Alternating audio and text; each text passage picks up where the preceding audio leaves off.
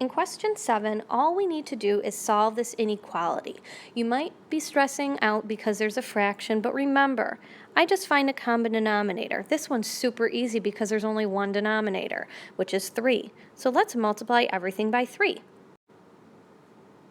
Notice how everything gets multiplied by 3 except for this 2 because 3 divided by 3 became the 1, the whole point of why we're multiplying everything by 3. Next, let's sort. Then group together your like terms on either side. Then divide both sides by -5. And because we divided both sides by a negative, the inequality sign flips. Therefore, we end up not with answer choice 3, but answer choice 1. We should first identify in number 8 that we are looking at an exponential decay question. And the reason why I know that it's exponential is because of the exponent. And the reason why I know that it's decaying is because this number here is smaller than 1. This is 86%. So every single year, we're losing 14% of the car's value. But it's asking us how much more is a car worth after 2 years than after 3. So we need to figure out how much it's worth at 2 years and how much it's worth after 3 years and just find the difference between the two. So here is what we come up with when we substitute in 2 and 3 into our function and just simplify. You can basically type this entire thing into your calculator and that entire thing into your calculator to get these two output values. Then we need to figure out the difference, so let's subtract them.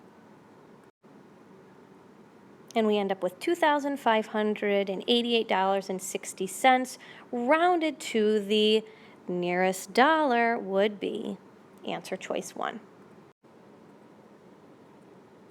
For question 9, it's important to identify where the y-intercept is on the initial graph. And this is at -3.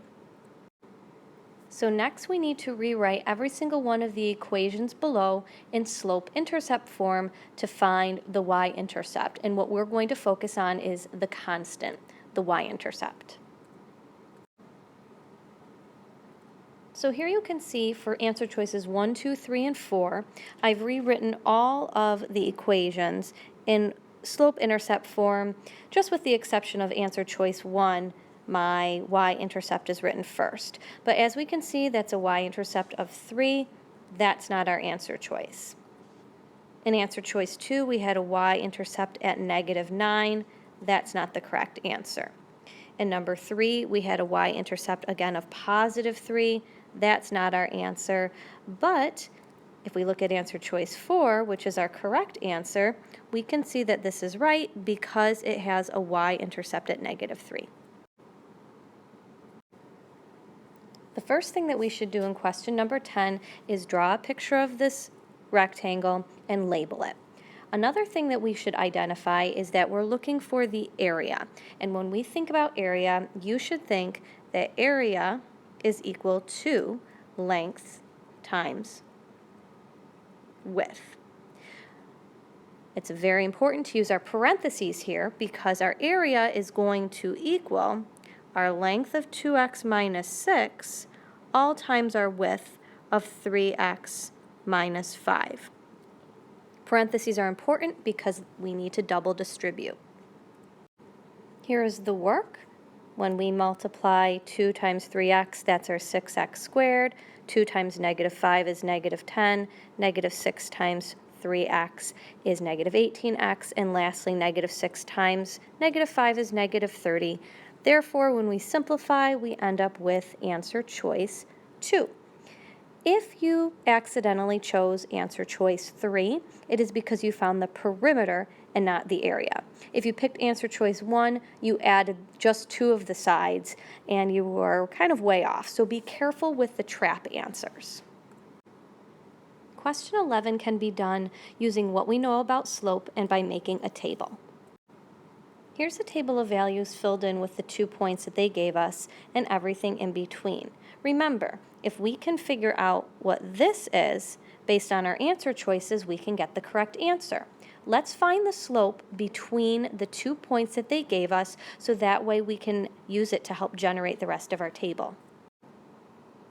So our slope is 10 over 5, our change in y over change in x between our two original points, which can also be written as 2 over 1. So every time our y's increase by 2, our x's only increase by 1, which is great because our x's we wrote in the table as increasing by 1.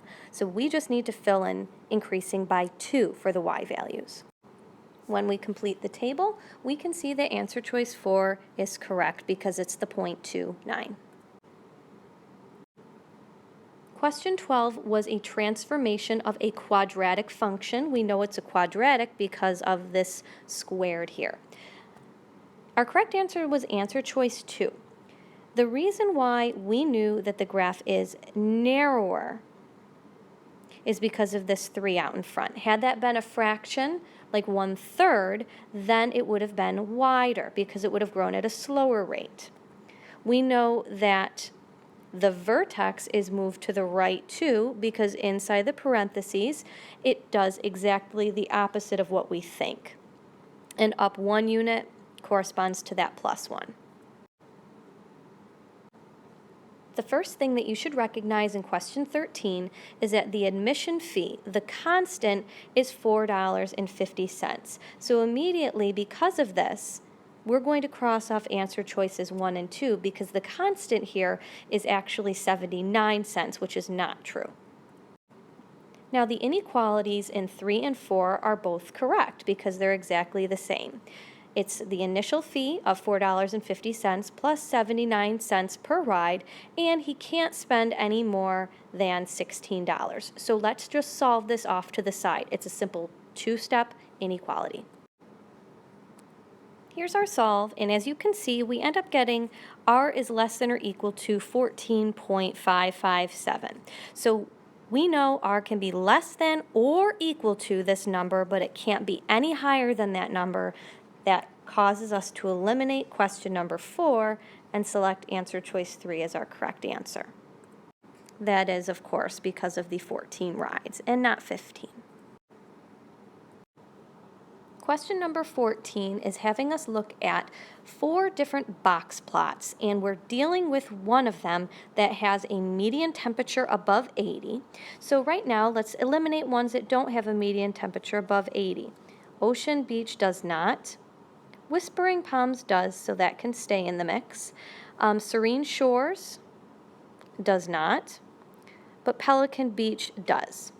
Next, we need to see that between Whispering Palms and Pelican Beach, we have to have the smallest IQR.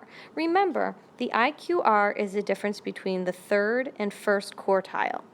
And clearly, since we're dealing with the same scale, Pelican Beach has the smaller of the two. Question 15 is asking for the y-intercept. There's a few ways that we can do this. You could graph it and actually look at the y-intercept, or some of us know that the y-intercept is the starting value, and it's always this value right in front here as long as there's nothing being added or subtracted at the end. Therefore, our correct answer is answer choice 3. In question 16, we are trying to get r alone on one side of the equation because right now, v is alone. If I look at r, it's being multiplied by pi and h, and it's also being squared. So I am going to use my inverse operations to get r completely alone. So let's first divide both sides by pi and h because it's being multiplied by the r squared. Since pi divided by pi is 1 and h divided by h is 1, we're left with v divided by pi h is equal to r squared. Next, let's use the opposite of squaring, which is taking the square root of both sides. And we are left with actually this entire thing because it can't be made any simpler. So our correct answer is answer choice 1.